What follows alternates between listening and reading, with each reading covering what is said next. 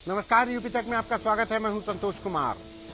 आज हम बात महंत नरेंद्र गिरी की उस वसीयत की करेंगे जो उन्होंने 10 सालों में 3 बार की और आखिरी वसीयत के अनुसार बलबीर गिरी ही महंत नरेंद्र गिरी की सारी संपत्ति के मालिक हैं। इन 3 वसीयत की जानकारी महंत नरेंद्र गिरी के वकील ऋषि शंकर द्विवेदी ने की। उनके अनुसार पहली वसीयत 7 जनवरी 2010 को की गई, जिसके हिसाब से बलबीर गिरी महंत नरेंद्र गिरी के उत्तराधिकारी थे।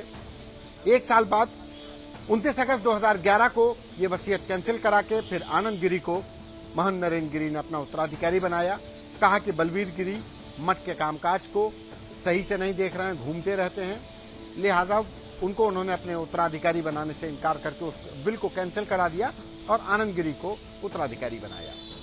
लेकिन 29 अगस्त 2011 के बाद 4 जून 2020 को महंत नरेंद्र गिरी ने एक नई वसीयत की। ये तीसरी वसीयत थी और जो अंतिम वसीयत थी। इस वसीयत में महंत नरेंद्र गिरी ने आनंद गिरी के नाम पर जो की गई विल थी उसको कैंसिल करा के दोबारा से बलबीर गिरी को ही अपना उत्तराधिकारी घोषित कर दिया, उन्हीं के नाम पर वसीयत कर दी। और ये वसीयत आखिरी वसीयत है और जिसको कि कोर्ट में रजिस्टर्ड वसीयत है और इसकी एक कॉपी कोर्ट में भी दाखिल की गई है।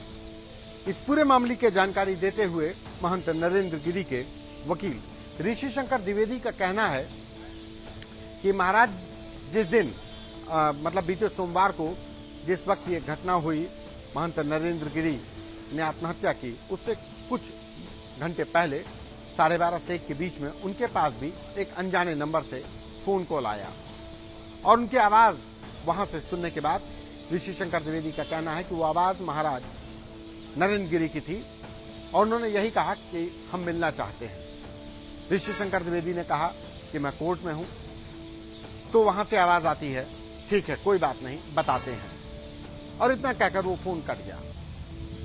दोबारा मुलाकात होने से पहले महंत नरेंद्र गिरी की मौत की खबर आई, लिहाजा अब कानूनी तौर पर अगर देखा जाए तो महंत नरेंद्र गिरी की सारी संपत्ति और बागंबरी गद्दी के कानूनी तौर पर दावेदार, मालिक, उत्तराधिकारी बलबीर गिरी हो जाते हैं। इस पूरी आखिरी वसीयत की जो कॉपी है, जो ओरिजिनल कॉपी है, वो कोर्ट में जमा है, वहां पर जमा है। अब इसके बाद सवाल होता है कि महंत नरेंद्र गिरी की उत्तराधिकार के जो विवाद खड़ा किया गया था, उससे यह तो तय हो गया कि उनकी संपत्ति चाहे वो देश के किसी भी कोने में हो, उसका उत्तराधिकारी बलबीर गिरी ही है।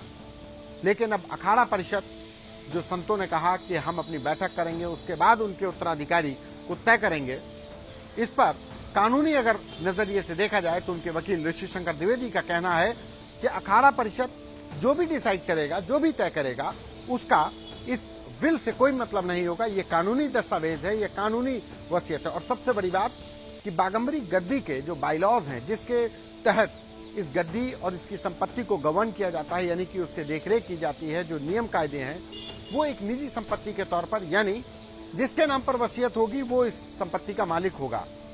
ये किसी अखाड़ा परिषद की नहीं, ये महंत नरेंद्र गिरी की अपनी वसीयत, अपनी संपत्ति थी, उनकी अपनी जो बाइलॉज बनाए गए थे, जो जिसके तहत ये बागंबरी गद्दी का संचालन हो रहा था। लिहाजा अब बलबीर गिरी ही उनकी संपत्ति, चाहे वो चल हो चाहे अचल संपत्ति, उसके मालिक होंगे। जो ऋषि शंकर द्विवेदी, उनका कहना है कि बैंक खातों में करीब 40 से 50 करोड़ रुपए जमा है, 200 करोड़ की संपत्ति है, जिसके मालिक बलबीर गिरी हैं।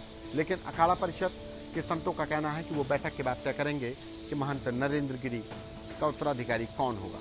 ये उत्तराधिकारी संत समाज या अखाड़ा परिषद के लिए कितना महत्व होगा, लेकिन कानूनी तौर पर यह तय हो चुका है कि महंत नरेंद्र गिरी की सारी संपत्ति अब बलबीर गिरी के हवाले है, वही इसके अधिकारी हैं।